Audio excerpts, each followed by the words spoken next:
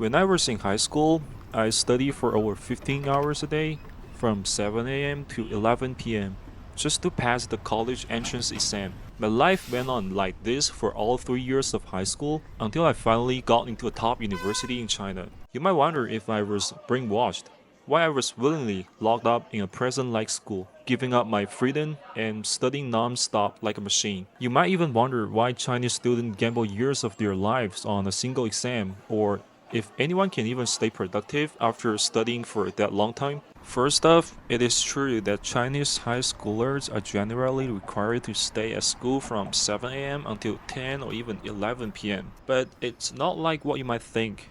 Students aren't sitting at their desks studying non-stop the entire time. I mean, think about it. That's impossible.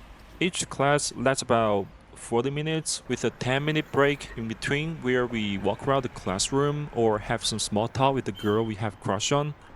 We also get a 2.5 hour lunch break, and you can spend that time however you like, grabbing food or heading back to the dorm for a nap. Of course, some super hardworking student skip sleep to study in the classroom, but that's totally up to you. Plus, teacher only give lecture during the day. In the evening, it's self-study time. You have to sit in the classroom, but there's no teacher teaching, so you can secretly pull out your phone to play games or read extra books. By the way, even during the daytime classes, I couldn't pay attention in every single class back in my high school. I only pay attention to teachers I thought were good or classes that were super important, like history, math, or Chinese literature. For other classes, I was either taking a nap or reading novels or magazines. So Chinese students are not like Superman studying over 15 hours a day like you might imagine. Just think back to when you were 17.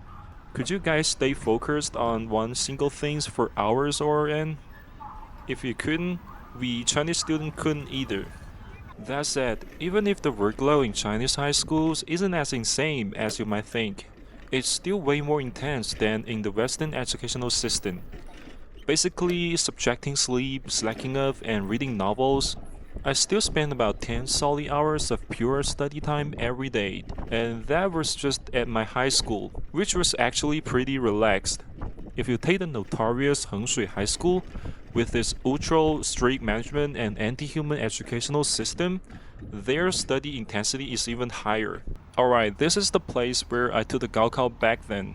It's actually a middle school, and during the Gaokao, regular classes here are suspended, so the building can be used as an official exam center. Every year, the Gaokao is a massive deal for the entire city. During exam days, the government issues notice banning honking and other noise around schools, and police even step in to stop elderly groups from public square dancing. It literally feels like the whole city pauses for the Gaokao. There are also traffic controls on exam day to give priority to the buses carrying students to the test. So why do Chinese students spend so much time studying? Why are we willing to stay at school for such a long time? There are actually tons of YouTube video analyzing this, but none of them have actually lived through the Chinese educational system. I want to share my perspective as someone who has been through it myself. First off, all that grinding during the 3 years of high school has just one goal: passing the Gaokao.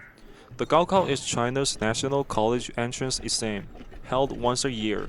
This 3 days exam determine whether you can get into a good university. A good university is an obsession for every East Asian parent. From a young age, we are drilled with the idea that we have to study hard to get into a top school. The logic behind this is meritocracy. In East Asian countries like China, society value credential above all else, and social resources and wealth are handed out based on educational background. At least, that's how it's been in China up until recent years.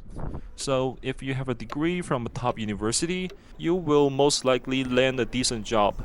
But if you graduate from an average university, you will likely struggle in an entry-level jobs. Now, you might say meritocracy is a global thing. It exists not just in China, but also in Western countries like the US, where graduates from top school get into big tech company like Google or Amazon and make more money. But the difference is that in Western countries, the penalty for going to a less prestigious school isn't as severe.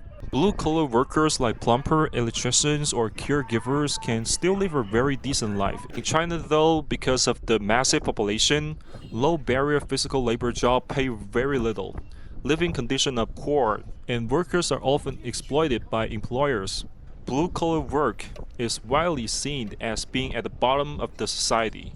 Once you take on physical labor like that, you might stay on minimum wage for life with no room for career growth. That's why Chinese parents desperately want their kids to get white-collar jobs, creating a culture where the whole society is hyper-focused on academic competition. As a relatively fair filtering system, the Gaokao used to be the only path for ordinary people to climb up the social ladder. Whether you were a rural student from an underdeveloped mountain area or a kid from a wealthy family in Beijing or Shanghai, if you wanted to go to the university in China, you have to take the Gaokao exam. That's where its relative fairness lies. It provides an open, competitive playing field. No matter where you come from or how rich your family is, you can't just buy your way into the university. You have to compete on the exam. Of course, the Gaokao isn't 100% fair. Kids in big city have access to much better educational resources. Their teacher might even be PhD who study abroad. Meanwhile, in rural area, teachers might just be low-ranking graduates from local teacher colleges. On top of that, wealthy parents can pay for private tutoring to build up English and math skills from a young age. So naturally, city kids have a competitive edge in the exam. Even so, the Gaokao is still relatively fair. In my college dorm, out of the four of us, one was from a rural family, one was from a working class family in a small city, and another was a rich kid whose parents were government officials. When the university students come from all different social classes, it shows that the Gaokao really does maintain social mobility, giving poor families a real chance to change their destiny. So the Gaokao was designed with fairness as its core goal. If you use the multi-dimensional evaluation system common in the Western country, where college admission look not just at SAT scores but also interviews and extracurricular activity, too many human factors come into play. Those criteria are subjective and easy to manipulate, making fairness really hard to guarantee. Even with fair grading, kids from wealthy families still have more resources to get impressive extracurriculars and volunteer opportunities, giving them extra points. That's why the Gaokao was designed as a screening system with objective evaluation standards, making sure almost every question on the test has a standard answer to limit the grader's subjective influence. And that's exactly how it works. Most Gaokao questions are multiple choice or math calculations with single correct answers, leaving subjective grading only for sections like essay. This is what led to China's cramming style of education, focusing on rote memorization rather than critical thinking. Of course, this has decreased a lot nowadays because educators have been working to fix this over the past decades or so. They've made test questions more challenging, and younger teachers now guide students to think critically during lessons. So simply relying on rote memorization won't get you a high score on the Gaokao anymore. Take me for example. In high school, I chose the humanity track, studying subjects like history. These subjects don't just ask about simple historical facts, like what happened in which year. Those kinds of questions are way too simple and meaningless. Instead, they require you to analyze the mechanism behind the historical event. For example, a recent real Gaokao history question mentioned concepts related to the Western Renaissance, which requires a solid amount of reading and critical thinking. So in high school, I didn't just listen in class, I also have to spend time reading extra books outside of the class, like the book called A Global History, to build up my background in humanity. But for science students, though, the most effective method isn't reading, it's doing endless practice problem. what we call sea of test questions tactic. Since science and math problems on Gaokao are extremely tough, mastering just the basic concepts in the textbook isn't enough to solve them. So, over those 3 years of high school, students spend hours practicing problem sets over and over to maximize their problem solving skills and speed. That's why you see those crazy photos online of Chinese students with mountains of books stacked high on their desks. Alright, so that's all for today's video. If you like the channel, please hit the subscribe button. I will share more about my life in China and my opinion about the Chinese society.